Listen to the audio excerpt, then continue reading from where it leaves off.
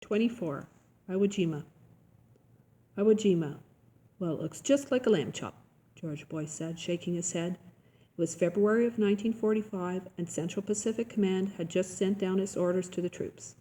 The biggest Marine force ever assembled was going to assault the Japanese stronghold of Iwo Jima, only 600 miles south of Tokyo.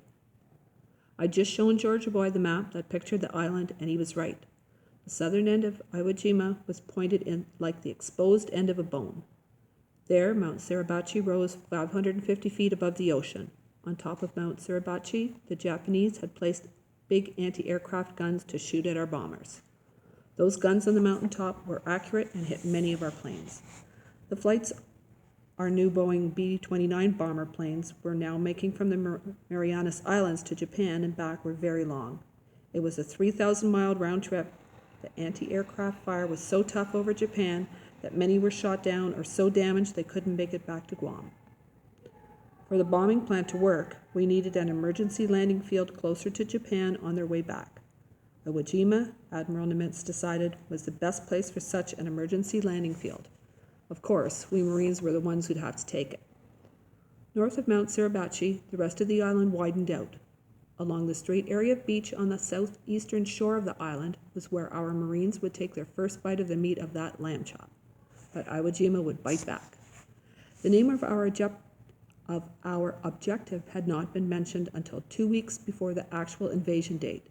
In training, it was just called Island X, or Workman Island, not Iwo Jima. When I first heard that name, for some reason a cold feeling went down my spine. I wondered if it was because I was going to die there.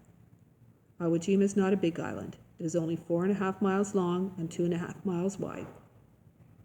Our commanders no longer thought any small island held by the Japanese would be easy to conquer. But they did believe that what they'd learned from the other island invasions had prepared them for anything our enemies could dish out. For months, the little volcanic island had been attacked by our planes and bombarded by our ships. But instead of weakening their defenses, it made the Japanese stronger. Tunnels and bunkers, pillboxes, and artillery positions were dug even deeper. Big cannons and machine gun nests were hidden in caves and tunnels that couldn't be seen from the air. There were 16 miles of tunnels on that one small island. Dummy positions, wooden frames covered by sand and rock, were constructed to draw American fire. The new commander of the island, General Suribachi, was determined to fight the Americans in a different way this time. No longer would thousands of Japanese men be thrown at the invading Americans in banzai charges. They wouldn't try to defend the beaches, but would wait instead until the Marines were massed in front of them and then fire from cover. Their new slogan was summed up on General Suribachi's courageous battle vow that was pasted on the walls of every pillbox.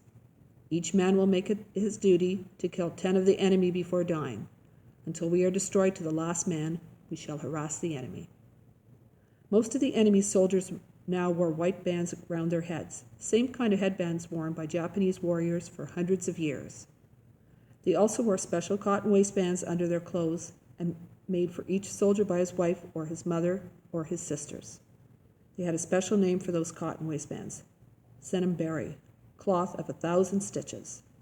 They believed that those had the power to protect their wearers from being hit by enemy bullets. Sam Little Fingernail was on the troop ship with us. He'd been sitting behind me, sharpening his bayonet and listening as I explained what a senembari meant to a Japanese soldier. "Sounds like a ghost shirt," Sam said, a grim smile on his face. He knew what he was talking about.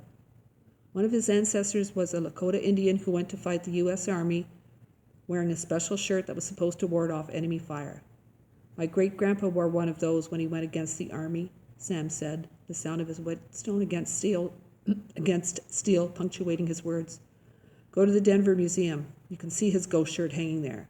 You can even count the holes in it from the bullets that killed him." Those senembaris didn't work for the Japanese soldiers on Iwo Jima either. By the end of the battle, more than 20,000 were dead, but so were many of our men. Chapter 25, Inside of Suribachi. Can't be as rough as it was on Tarawa. No way as hard as it was taking Peleliu. After the canal, this'll be a piece of cake. Those are some of the things my Marine buddies said on our way to Iwo Jima. They'd been through the fighting that made those other Pacific islands feel like little bits of hell on earth. They'd struggled out of sinking landing craft, stormed the beaches while machine gun fire tore up the sand around their feet, heard the terrible sound of air being ripped apart around them by pieces of whirling metal, seen buddies killed right next to them. There was no way this little piece of volcanic garbage could be as bad as what they'd been through. They were right. Iwo Jima wasn't like any of those other landings that seemed like bad dreams. It was the worst nightmare of all. It wasn't the fault of our commanders. Iwo Jima wasn't just softened up for a few days before D-Day. It was pulverized. For 5 months, heavy bombs dropped on that little island almost every minute. Hour after hour, for days on end, high explosives poured from the sky like metal rain. It seemed impossible that anything could survive. What command didn't know was how deep the enemy had dug into the island. Those thousands of tons of bombs didn't do much more than disturb the sleep of the Japanese soldiers in reinforced caves and tunnels 100 feet below the black sand. They were well supplied too. They had distilleries set up to make drinking water and stocks of food enough to last for years. In fact, grandchildren, when we finally took that island and began exploring the deserted Japanese positions, we Marines found something that made us feel especially angry. We were looking through a cave when the beam of my flashlight caught the glint of metal. "I cannot believe this," I said. "We'll all be danged," Georgia Boy said. There, stacked from floor to ceiling, were thousands and thousands of boxes of canned goods. They were everything from beans and meat to fruit cocktail, just like those canned goods we Navajos had gotten together on our food drive to help the poor earthquake victims. All of those cases were clearly marked on the side in English, USA Food Relief. It was indeed the very same food donated by Americans to Japan before the war. The Japanese military government had stolen it from their very own hungry people. The Fifth Fleet that Admiral Spruant sent in against Iwo Jima was the largest one that had ever sailed the Pacific. 12 aircraft carriers and 44 destroyers, 44 transport ships, 30 minesweepers, and many other vessels. 464 ships in all. Our fleet was so big that there were 4 command ships, each with its own team of Navajo code talkers. There were also non-Navajo teams sending and receiving messages in Morse code on the command ships and among the landing forces. However, all the messages sent by Morse code were false, designed to fool any Japanese monitoring our transmissions. Everything important was run through our Navajo net. The 5th Marine Amphibious Corps was also the largest landing force in the history of the Marines. 3 reinforced divisions, 70,000 men in all. The 4th and the 5th would lead the attack. On February 19, 1945, at about 0100, the major part of our fleet dropped anchor 4,000 yards off the shore of Iwo Jima. 3rd Division waited 50 miles to the southwest. It would only be called for if it was desperately needed. That name came far sooner than expected. Breakfast was to be served at about 0500. Before then, though, I made my way quietly to the upper deck. I knew other code talkers were doing the same on the command ships and the other transports. I stood with nothing over my head but the sky. I faced the east, took a pinch of pollen from my pouch, and placed it on my tongue. I put a little dab of pollen on top of my head and spoke my words to the holy people. Let me have clear thoughts, clear speech, and a good path to walk this day, I prayed as I watched the rising sun. Breakfast, as always, was a big one. There was a tradition back then of serving every Marine a T-bone steak, eggs and biscuits with lots of gravy, and as much coffee as he could drink before getting into his landing craft. The idea was that a Marine needed the energy from that food to go into battle. "Enjoy your last meal, Leatherneck," said the cook who served me. I smiled and nodded to him. It was part of our ritual our cooks followed. Calling it our last meal was a way of wishing us good luck. Most Marines ate as much as they could out of that big breakfast, but not me. Instead, I took 2 big slices of bread, stuck my steak in between them, wrapped it up, and stashed it in my combat pack. I had plenty of reasons for doing that. I wasn't feeling hungry yet. Plus, I had seen what happened to a lot of those big breakfasts eaten up by keyed-up Marines who had to get into boats being rocked back and forth by the waves. You learn not to stand in front of a jarhead whose face was turning green. His breakfast was about to become fish food. Another reason for not eating before heading into combat was something no one wanted to talk about. It was better to take a bullet in your guts on an empty stomach. The medics knew that and did what I did, stashed breakfast in their packs or just didn't eat.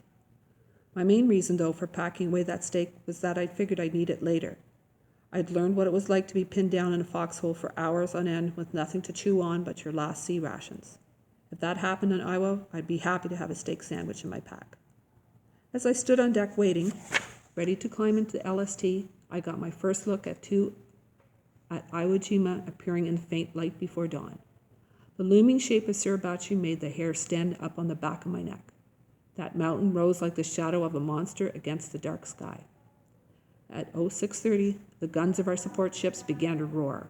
Fire shot out of the cannons of the Idaho, the Nevada, the New York, and the Tennessee. Our bombardment tore up the beaches and the slopes of Suribachi, but there was no answering fire from the shore. Waves of airplanes swept in, Marine Corsair F-4Us. They blanketed just about every square foot with rockets and fire.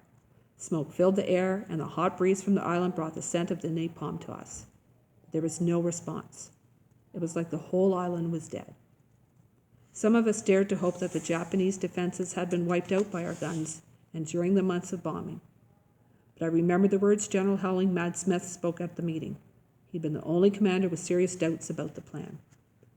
"This will be the bloodiest fight in Marine Corps history," he said. "We'll catch 7 kinds of hell on the beaches, and it will just be the beginning. Fighting will be fierce, and the casualties will be awful, but my Marines will take the damned island." My new Signal Corps group was with the first wave. Most of the non-Navajo men were guys I just met. Georgia Boy had been assigned to another company in the second wave. Smitty, though, was right beside me. Smitty and I had reached the point where we felt as if we were each other's good luck charm. As long as we stuck together in battle, nothing too bad could happen to either of us. Our LSTs moved up to the line of departure at 0730, and our amphibious alligators rolled down the ramp into the water. Unlike the first alligators we used on Bougainville, they were more heavily armored all around. Also, each alligator had 3 machine guns and a 75mm howitzer. After unloading us on the beach, our alligators were supposed to crawl inland another 50 yards to form a line of fire protecting the men who came after us. 0830. The central control vessel dipped her pennant.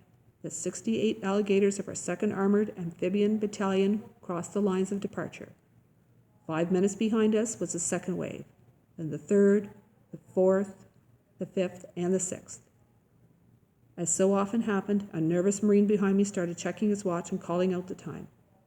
5 minutes, he said, then 6 minutes, 7. I could feel it getting warmer as we got closer to the island. Mount Suribachi kept getting larger above us as we continued. 10 minutes, 11. I thought at first that the growing warmth was only nervousness or my imagination as I remembered General Smith's words about hell. But heat actually was coming from the island itself. Iowa Jima had been made by volcanoes. Its name, which means Sulphur Island, is an appropriate one. The closer you got, the hotter it was. When we arrived on the island, we'd seen cracks in the rock where steam rose up. If you pushed your hand down too far into the loose sand, your skin would be burned. 15 minutes, 16. At 09:06, our alligator ground onto the black sand. The ramp, which had the words "Welcome to Paradise" printed on it in big block letters, dropped.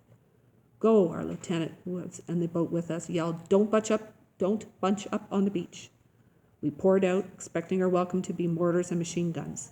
Instead, as our feet sank ankle-deep in the black sand, the only fire we heard was from our own guns out to sea. The 4 battleships had adjusted their range.